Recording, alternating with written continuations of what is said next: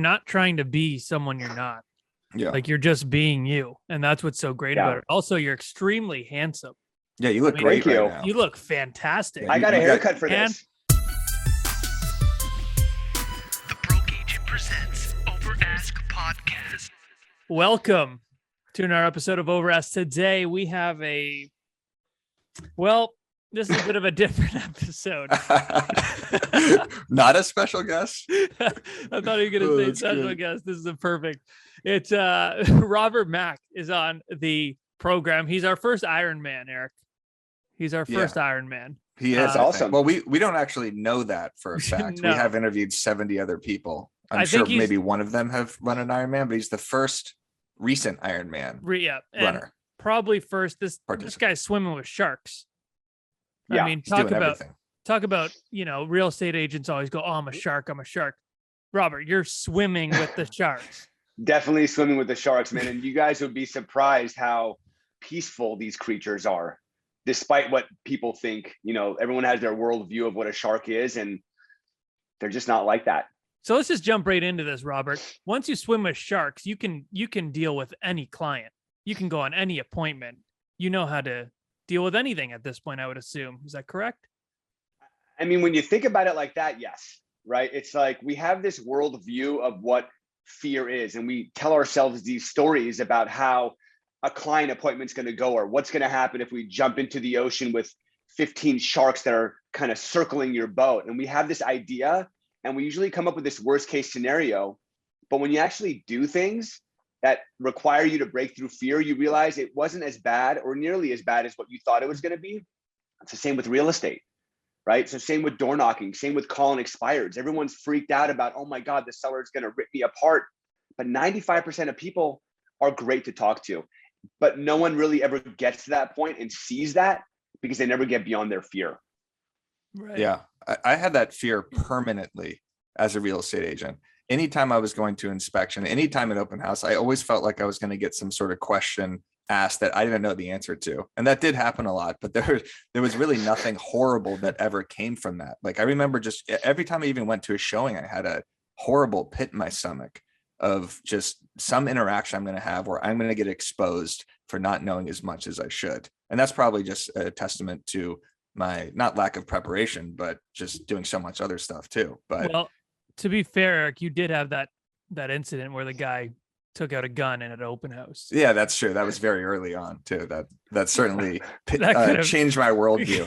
But before we get into all the mindset stuff, like, by the way, everyone, this is going to be a completely different podcast. We're not going to be talking hashtag strategy and what to do with reels. Robert Mack is an incredible realtor in the Orange County. He's in the Tom Ferry ecosystem. He's a good friend of mine.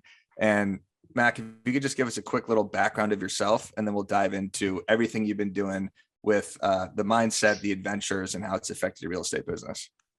Okay, so background on myself, I've been licensed and selling real estate in Orange County for almost 17 years now. 8 of those years, I did it by myself. So when I talk to people about how solo agents wing it, I speak from experience. I was that solo agent. For the last, 6, 7, 8 years, I've been building a team, and now I've gotten to a point where we do have kind of a well-oiled machine, and it's not perfect. We're always looking to grow and get better, but that's real estate, right? It's changing constantly. In terms of myself, personally, I don't have any kids, so I do have a lot more flexibility when it comes to, being a bit more selfish in doing things like the things we're going to be talking about today. Not everybody has the luxury of doing it. I just love doing things that are fun, man. I just love being able to experience life at the fullest level, and I don't want any regrets, when I get older and look back and go, I wish I would have done this, or I wish I would have done that. So I think that's a lot of the stuff that we're going to be talking about today is, doing things that are going to create a life that is worth living. Yeah. I prepared for this episode because I know you're an Orange County realtor. I've been rewatching all the episodes of the OC. That's the dedication we put in. Yeah, I've been, just because in case I saw you somewhere, or maybe a house or two you sold on the show. I do. We're real deal here at Over Ask, Robert. I expect nothing less for the #1 podcast. Exactly. And congratulations for being on. Thank you. Yeah, It's an honor. It really is. I know. Yeah, no, of course. Well, Mac, I would have had you on in the early episodes, but there's been so much that's developed since we've started this and since I've known you. And, we met at a Tom Ferry conference in like 2019. And you're always, we had a great rapport immediately, a couple of misunderstandings at the beginning. But then I feel like there was a shift where you joined, it's called We Are They, correct? And we are the they. We are the they. Okay. Yeah. And it's kind of like I can explain to you how that title came about. So it makes a lot more sense. I'm excited to hear all about this, but I want to just set the table a little bit here. At one of the Tom Ferry conferences, you were standing with myself, Dan O'Neill, and Ryan. And we were joking about like, who is a better, who's the biggest guy, basically. And we were talking about what do guys do? We grill, which I can't do. We, what were the other things? We watch sports. We chop wood. We build things. Exactly. We go to Home Depot. I do none of those things. Oh, I go to Home Depot, but I just like fix a leaky toilet. Exactly. So we do all these things, and then about a month later, after this joke, and we have a group chat now called the guys, where we text each other anytime we're doing something that's quote unquote manly. Like Dan O'Neill just texted that he was like fishing the other day. And then you joined a group that's literally like a guys group. Is it because of this joke? What is We Are the They? So it was just extremely coincidental. It's not because of us, but it is such a guys group. It wasn't because of you. Okay. I thought you just took the joke so seriously that you joined this I'm group. like, I have to prove to these guys that I'm the biggest guys guy. So, exactly. And by the way, I loved your Ironman joke because you said an iron guy instead of an Iron Man. Yeah, so I love that, an iron guy. Yeah. So basically, I want to say it was April or May of last year, and I was at Bill Pipes' birthday party. And Bill Pipes Bill Pipes used to coach a guy named Jimmy Rex. Jimmy Rex is the founder of We Are the Day. And Jimmy used to be a volunteer, and maybe still is a volunteer for the Underground Railroad, which is an organization that their goal is to end child trafficking. It's a very important organization to Jimmy and a lot of other people. So Jimmy and a few people were going undercover trying to capture these child traffickers. I mean, you can imagine how dangerous that is, right? Like God knows what's going on in that world. If people are willing to do that, then they're probably willing to slice your throat. Okay. So he was undercover, and he went through like kind of a really crazy experience. And after that experience, he was talking to his girlfriend at the time, and he was telling his girlfriend, like, this is what we have to do, and this is how we're going to end it. And his girlfriend was like, she's like, why? I don't want you to be involved in this anymore. It's too dangerous. I don't want you to get hurt. She's like, they can handle it. And Jimmy's like, what do you mean they can handle it? Who's they? We are the they.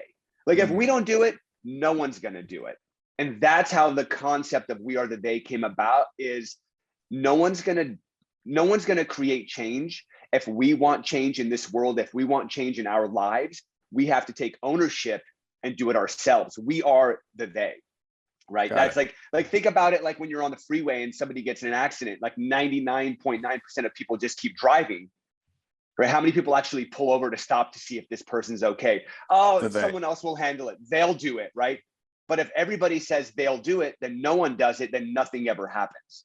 So that's the concept behind it. And basically the group it's 50 men, guys. Yeah, awesome. And it's really, the group is designed to help every member of the group become a better husband, become a better brother or sister, become a better father, become a better business owner, become a better friend. And that's really what it's about. It's about just true personal growth. And we spend a lot of time every week masterminding and talking about different strategies to be better, going through different exercises to be better. Jimmy brings special guests that talk about their experiences. And so, for example, the module that we're in right now is finances. And a couple of weeks ago, we were in Lake Powell, and Jimmy brought out a guy that's worth $170 million.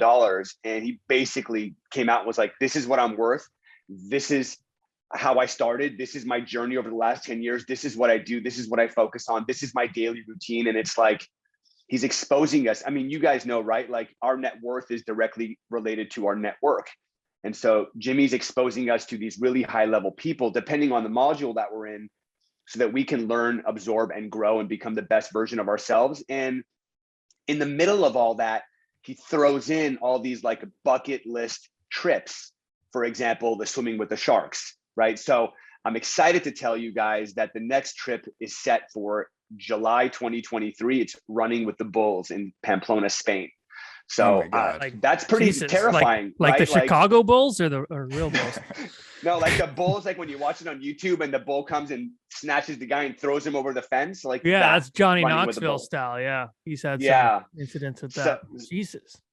And so it's like there's an aspect of fun, there's an aspect of camaraderie, there's an aspect of breaking through our personal fears. And then there's an aspect of growth. And it's just, for me, it was exactly what I needed, because my entire life was consumed by real estate. And so it's like we go to these Tom Ferry events and all these different, like the summit, and it's like all my friends, and Eric and Matt, you probably are in the same boat. Like we have a lot of friends that are real estate agents because they get us. And so you're always talking about real estate, and it sort of gets old after a while. And so it's nice to be able to be part of a group that's not necessarily focused around real estate, but not necessarily focused around business. Right. You know? Yeah, that's true. I mean, how many times a week do you get a real estate agent coming up? How's business? How many doors, it's just like gets so old so fast. So how is it, like, it's almost like you're living two different lives at this point.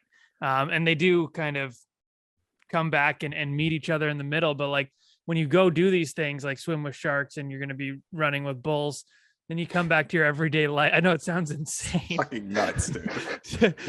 Then you come back to your everyday life of real estate. Is it like boring? Is it easy? Is it like, what does that do to your mindset when you come back to your business?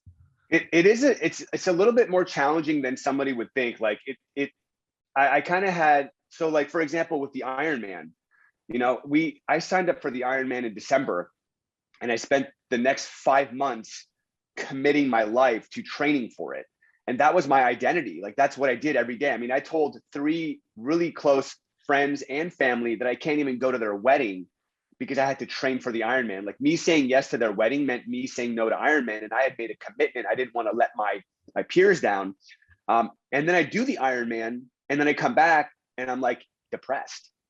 I'm like, God, what am I going to do? Like, I got nothing to do. I've been training for 8 hours a day for the last 5 months. And now I literally have a completely wide open schedule. So it takes some time to transition back into like normal reality. I'd say usually a couple of weeks, and then I get back in the swing of things. Like, sometimes I even question whether or not I want to be in real estate after I come back from these like life altering experiences, because I start to question, like, is real estate why I was put on this planet? Like, is that my highest and best use of time? Or are there other ways that I can make a difference in this world? And then after a couple of weeks, that sort of wears off, and I get back into the groove, and we knock on some doors, and we make some phone calls, and I take a couple listings, and my team takes a few listings, and we close some deals, and I'm back into the real estate Rob mindset until I go on my next trip. So I try to keep them spread out. Otherwise, it's just hard. It's just like an emotional roller coaster sometimes. From a consumer perspective, it's been fascinating to follow. I think I even texted you about it, just the content you were producing before the cliff diving. Where was that? Was that in Utah? That was in Moab. Yeah. Okay. So that's actually one of probably the more after I came back from that cliff jump, I was like, God, I want to jump off of more stuff. That was exhilarating. Yeah. And the crazy thing about that, guys, is I was terrified for months leading up to it. And the night before, I couldn't even sleep. And I was a complete mental wreck. And the minute I jumped off, like literally the microsecond that my feet left that rock, I was pure bliss. It was like the most exciting, fun thing I ever did. And even before I got to the bottom of the rope swing, I was like, I want to do this again. This is so amazing. I started Googling it. It's pretty much the most intense cliff jump / rope jump in the country. Wow. And that was your first one. So yeah, for people who haven't seen this content, he documented the entire thing, like the before, during, after. There's an incredible like compilation video of like the joy you could see on your face, as you're doing it. You push that guy and then jump off the cliff. But the before, the fear, it was so palpable. Like I felt it too. The way you were talking to the camera, you're like, I'm about to do it. I'm next in line. This is the craziest thing I've ever done. It was like we were witnessing it. And, you know, just to relate this a little bit to real estate and content, like there was nothing like it that I've seen. Like you say, like real estate seems like nothing, you know, when you go on these trips. Basically, when I'm consuming content, nothing else seems interesting except when I'm watching this. And I bet your followers and your clients have such a deeper connection with you and understand you better as a person when they're seeing this, instead of just saying like, hey, here's my open house, here's my just solds, here's me door knocking. It's like, holy crap, this guy is like, you know, doing something crazy here. And that content connects so much more deeply. That vulnerability is what I think really connects with people. And we say it all the time, from, like I said, like you said, Eric, bringing it back to like real estate and marketing, like showing your real self. Like that's how you relate with your consumer. And it's so cool that you're doing it in a way that like you love doing that. And I think it's going to make everything in your life better. It is cool to hear that you are like mortified, because when you first started talking about this, because I don't know as much as Eric does about what you're doing or what you have been doing, I just thought, okay, 50 guys, none of you have any cares in the world, and you probably just like to be extremists or whatever. Those are all just playing catch with each other. Yeah, just like jumping. I just thought of those guys in Harold and Kumar when they're just like extreme cheddar. 50 of like them. like a grocery store. Yeah. But it's cool to hear that, like, I guess all of you, depending on what trip you're going on, like you probably all have like, there's that one trip that's like a couple of you are more scared of than others. And then like, I guess the cliff diving was yours that you were like super scared of. Or are you kind of scared to do all of it? Like the shark thing, where you're just as scared to do that? All of it. Yeah, all of it. So what I tell people and what I say in my head is literally, I'm 51, super excited to do something that is going to be something that very few people will ever experience. And then I'm 49% terrified to do it. So I'm literally almost half and half. With the shark thing, dude, it was crazy. Like we took a boat out into the middle of the ocean in the Bahamas. And when we got to the area where we were supposed to be swimming with sharks, I literally looked over the side of the boat and there was like 25 sharks circling the boat. And these dudes were throwing fish into the water to get them excited. And I'm get like, them all fired up. What the fuck? Oh and they're fighting over I have videos of these sharks fighting over each other to grab these dead fish. And I'm like, what are you doing, bro? Like, why are you getting them all excited? Like, we're about to jump in and they're all excited and aggressive. And he's like, no, man, we want them to be full so that they're not hungry to eat you. And I was like, what? Like they're going to eat us. And then they're like, okay, let's go. And the thing is when you're with a group of like, you know, we broke up the 50 guys into, well, only like 30 went to the trip, and we broke it up into 10 groups, 3 groups of 10. So it's like, you don't have time to think. Like, it's like, okay, first one, jump in, second person, jump in, and you're kind of in line and you just got to go. It was the same with the cliff jump. Like, you don't have time to go, I don't know, I don't want to do it. Like, if you're next in line, you go, because there's people that are waiting, and that's mortifying to me. The pressure of that, I would have. It was terrifying. Panic attack. Does anyone ever not do it? Like, yeah, out of 50 guys, there's got to be someone that's just like, all right, look, I got to the cliff. One dude. You know, I like you guys. One dude didn't do it. And didn't do the cliff. Sorry, the cliff or the shark? Cliff. Okay. Did he get up to the jump, or like how far did he get? He got up. He put his harness on, and the thing is what they say is they're like, because I don't know if you, Eric, I know you've seen the video, and by the way, thank you for your support, Eric. You and I were texting back and forth that entire weekend, and like, I just felt the love from you. But like, he's living vicariously through you. The guy was like, I'm gonna stand in front of you, and I'm the metaphorical barrier in your life. And when you tell me to move out of your way, you're telling that metaphorical barrier to move. And he goes, I don't want you to think, I just want you to go. And then he's like, do you want me to move? And I was like, get the fuck out of my way. Yeah. Because like, everyone's like, why were you such a dick to him? I'm like, I wasn't a dick. I just needed him to go because I didn't have the balls to jump. If it took him even one more second to get out of the way, my head was going to get in my way. And that one guy that didn't do it, when he moved, he literally took 3 steps up and looked over the edge. And that was it. And he was up there for 15 minutes. We're all trying to cheer him on. And he just never was able to get over that hump, and he just didn't do it. So I mean, I get it. And you guys were texting me like, I could never do that. And I thought to myself, if I was in your shoes and I saw a friend of mine or anybody do what I did, I would be like, there's no way I could ever do that. There's just no way. But going through it, anybody could do it. You totally could do it. Both of you could do it. And you'd be like, Mac, that was the best experience of my life. It was so fun. Let me tell you, I could never do that. And I am 100% positive. There is zero doubt in my mind. I don't care if some guys tell me to push him out of the way. I don't care if there's 49 other guys cheering me on. No way in hell could I ever do that. No way. The thing is, but that's why we're having you on. I weigh too much. I'm in my head all day long. I mean, this is just how I am, but like, it's a risk reward thing for me, like risk, it always outweighs the reward for me, unless like I'm going to jump down there and, I'm going to meet the Kardashians and have like $500 million at the bottom. Listing appointment. Okay. Yeah, I'll figure. Yeah, maybe a listing appointment or one listing appointment. Everyone stop. Matt, people want to work with the best, right? Right. Okay. Yeah. Clients want to work with the best agent in the market. You want to go to the best Italian restaurant. I want to go to the best golf course.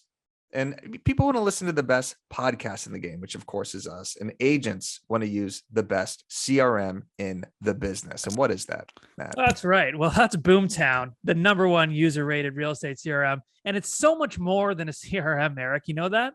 Yeah. It's all the tools and tech you need to close more deals and grow a sustainable real estate business. By the way, I went to the BoomTown Unite conference, one of the best real estate conferences I've ever been to, if not the best. So yeah, check out BoomTown and see how you can score $750 in free digital advertising. Visit boomtownry.com/overask. That's boomtownry.com/overask. That's boomtownry.com/overask. No, Yeah. no, but yeah, it's crazy. There's a lot of metaphorical nuggets in this episode that people are gonna have to decode. This is unlike anything we've ever talked about. Well, unlike anything you've ever heard. I'd like to add one more thing. So again, the concept of the group isn't about just having fun. The point of jumping off the cliff wasn't just to jump off a cliff and have fun or break through a metaphorical fear. The idea behind the cliff jump was that we all are being held back by one or more things.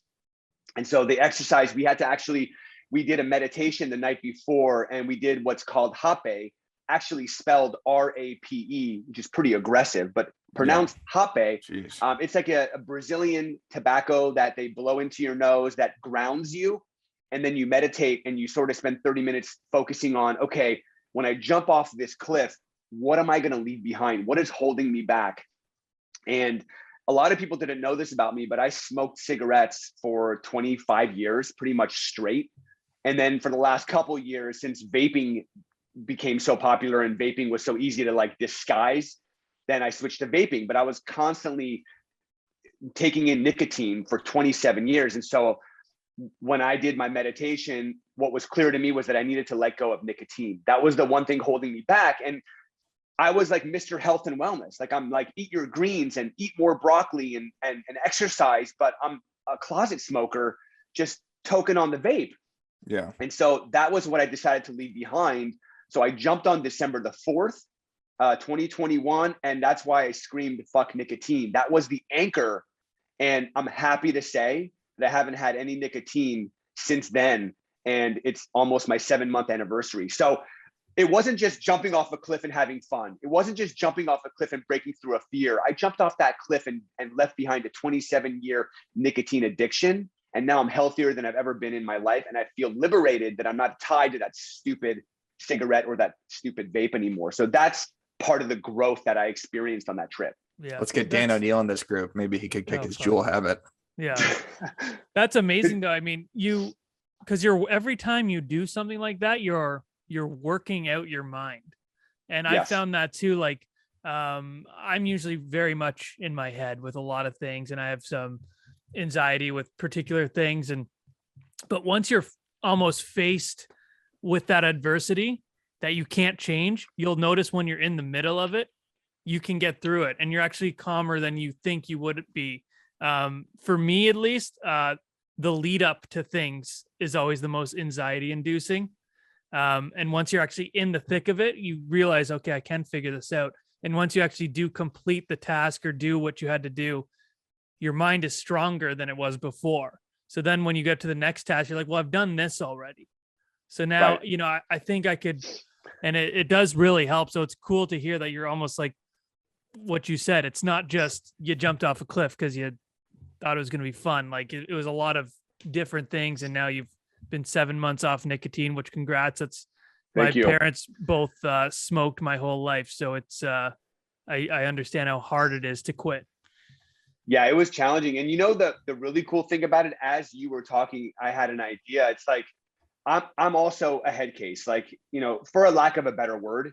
I know that what we say to ourselves matters, but I overthink so much and I'm so nervous. And a lot of times we think of what's the worst case scenario versus what's the best case scenario. So when I go through these like experiences, like what I thought the cliff jump was going to be versus what it was way different. What I thought the shark dive was going to be like versus what it was way different. Like it went from, oh my God, I might get eaten by a shark, to holy shit, that 16-foot hammerhead that swam over me felt so peaceful and grounded that I had no fear. And I was in the water for 45 minutes with like 25 sharks circling us, and I never once felt afraid. So now what I'm able to do, because you said it's like working out your mind, is when I start to overthink things, I go, Rob, you're completely overthinking this. Like you and I both know that it's not going to be as bad as you think, and it's probably going to be way better. So just get out of your head and focus on what you need to do. And that's what's been very helpful by doing these crazy things, is I can actually have my logical side of my brain talk to my emotional side of it. And basically I'm schizophrenic and I'm like, dude, shut up. You're being over the top. It's going to be fine. And 9 times out of 10, it is fine.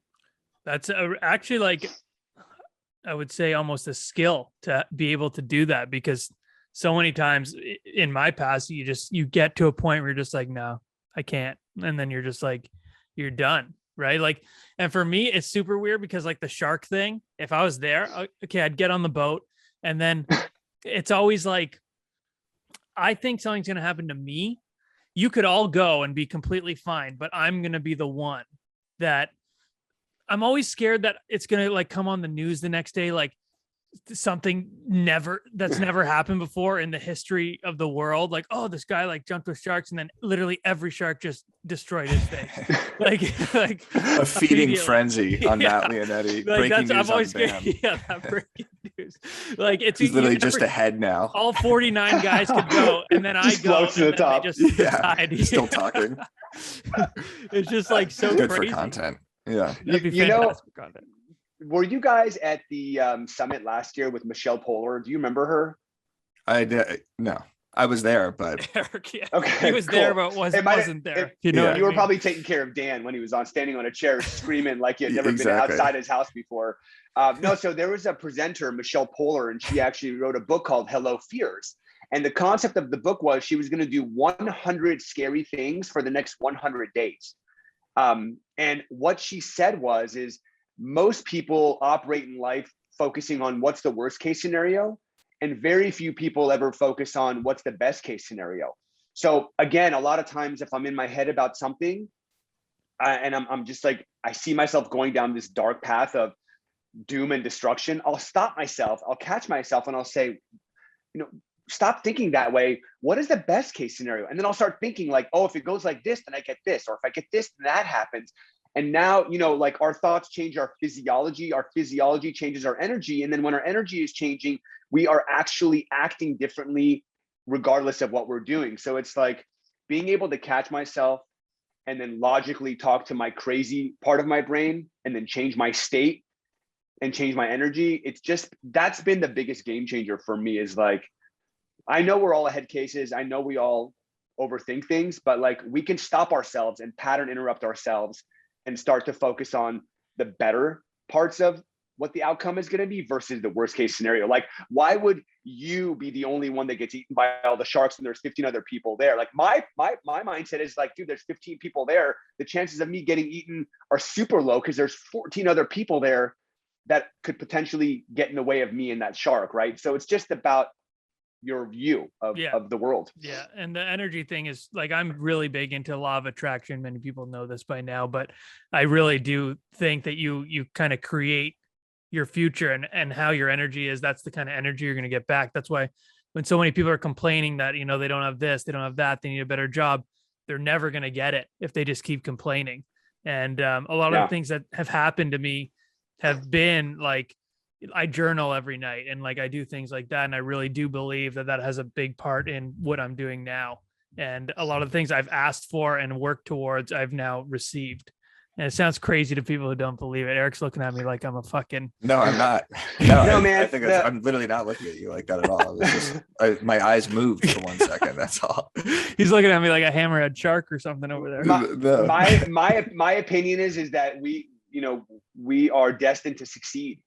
Like the world is in our favor.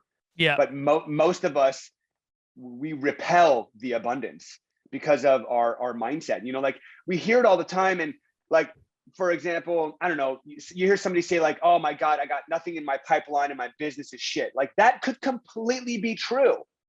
But you telling yourself that is just that negative self-talk that's reinforcing that behavior. And now your energy is at an all-time low. Nobody wants to do business with a depressed person that has no pipeline.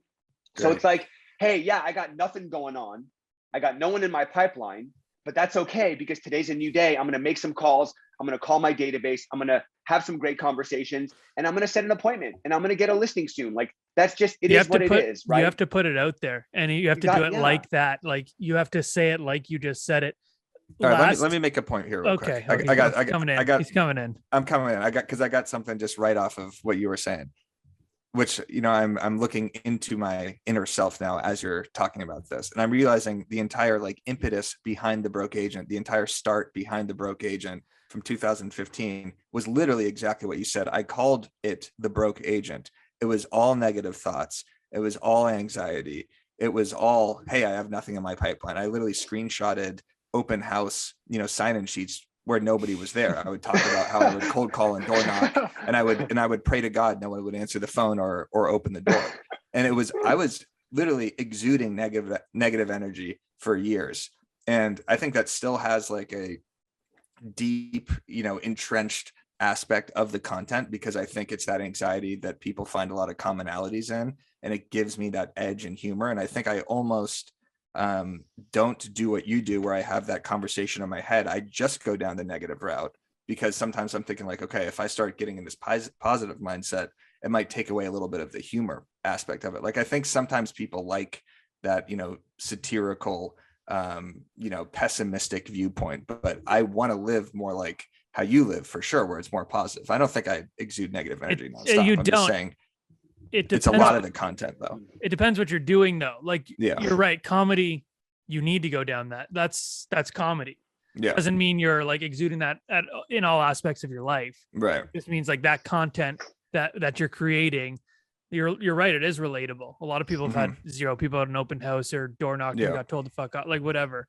So, I mean, I think that's different because like, obviously broke agent is a gigantic success. Correct. Yes. So it is. Worked. We're moving away from that too. Obviously, like the content has certainly evolved, but I just want to say, like, also looking at your content, Robert Mack, your content, and I said this at the beginning though, it's so fascinating and it's not preachy. Like there's some motivation content and some mindset content that I look at that's whether it's just motivational quotes or it's just someone just telling me how to live a better life that I get so turned off by. But the way you go about it, like with your captions, like it's so real that you're immediately attracted to it. Like, and you could tell with like content, it's like, okay, real estate content, you're trying to think of a caption, you're trying to figure out how to get engagement, you're trying to, you know, make people like this photo. But with that type of content about like how you quit nicotine or you're jumping off a cliff or your Ironman and how you felt after the Ironman, where you said you're depressed, those captions and that content is so much better because it's just so real. You're not having to like tweak what you're doing. It's like, it's just exploding on the page. So good work. Everybody should follow Robert Mack. Yeah, it's legit. I'm gonna do a deep dive on your page. Yeah, now. Like Eric has really sold this for me. I mean, this is he's calling me Derek. Eric. It's like just switch names on me. Well, I appreciate that, man. I mean, I really do. I value your opinion and I know, like, you know, it's a funny world. Like I watch your guys' content all the time too, and Eric, you've been talking about how everyone's trying to manipulate the algorithm, and they're just doing things seems so meaningless compared to everything you talk about. And I'm just like, I can't play that game, man. Like I just want to put myself out there. People want to do business with people that they know, they like, and they trust. And it's funny, like I will put out real estate content, and sometimes it hits and sometimes it doesn't. But a lot of the personal stuff that I do gets the most amount of engagement. And I do get a lot of clients reaching out and hitting me up and talking about personal stuff, which ends up leading to, like, people will call me and they're like, I want to list my home with you because, like, I want to work with somebody that's as committed as you are when you did the Ironman. And I was like, that's amazing, right? Like, if you can set your mindset up and go from never done a marathon in your life, never swam in the open water, never even owned a road bike, to in 6 months you can complete a full Ironman. Like, that's the type of agent that I want to work with. Somebody who, like, sets a goal and does everything they possibly can to achieve it. And it's great, man. I love it. And even yesterday, the team did an ice cream event out in our new farm. And one guy came out there and started talking about triathlons. And we immediately connected, and he's lived in the neighborhood for 25 years. And the funny thing was, he goes, Robert, I always tell everybody I'm never going to sell my house. But he goes, I know life happens sometimes. And at least now I know a great real estate agent I can call if life happens. And I was like, awesome. That didn't happen for any other reason than the fact that we bonded over doing triathlons. Yeah, it wasn't because you sold 100 houses. Yeah, he didn't care. He didn't even ask me for my marketing plan. He just wants to work with a real estate agent that has common interests that he has. Like, that's the world I want to work in. Like, I want to work with people that want to work with me because we have common interests. Yeah, it makes the real estate business a lot more fun. It's about relatability, and people just still do not seem to understand that, a lot of agents. And like you said, people want to see certain traits in you, like working for that Ironman and getting ready for that and the preparation that goes into it. People appreciate that. They appreciate you taking risks. They don't care except, like, holy fuck, I don't even know what I just said there. At least for me, Bobby, cut that out. That's our producer.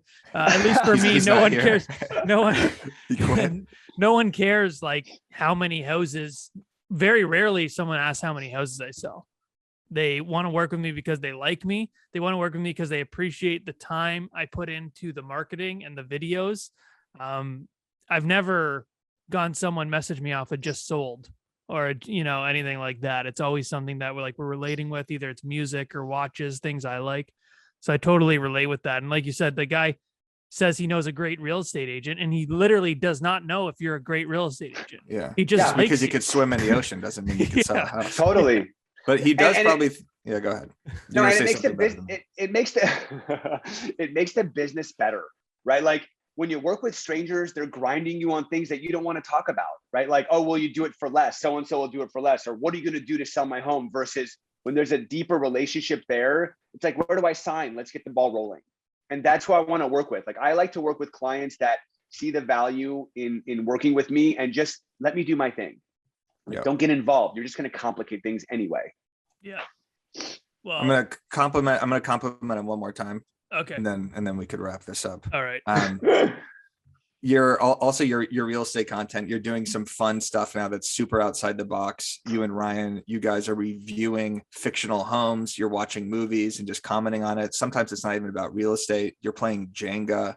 You're doing like planks on your Instagram. So it's all just like super entertaining and lighthearted and really outside the box stuff. So I think you should keep running with that. And Thank you. I think that's really fun to watch too. It's so different than the type of content Matt and I mostly see with, the reels and TikToks and realtors trying to, like you said, really hammer that algorithm. Like it's just so outside of the norm. It's really, you're really just fun. You're not trying to be someone you're not. Yeah. Like, you're just being you. And that's what's so great about it. Also, you're extremely handsome.